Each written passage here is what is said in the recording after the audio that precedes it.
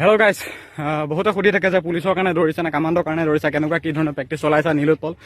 তুমি এবাৰ ক'বা, মই পুলিচৰ কাৰণে বেছি জোৰদাৰ লগাইছোঁ, সঁচা কথা কৈছোঁ, কামাণ্ডৰ কাৰণে ইমান কৰা নাই। তথাপিও ইণ্টাৰভিউটো দিব লাগিব, কাৰণ যোৱাবাৰ 2400 পোষ্টত নিদিলোঁ, এতিয়া 150 পোষ্ট, 20টা পোষ্ট, এটা পোষ্ট যি নহওক ইণ্টাৰভিউ দিমেই। আৰু এতিয়া কথা হ'ল প্ৰেক্টিচ কেনেকুৱা চলিছে। প্ৰেক্টিচ একেবাৰে জিৰ'।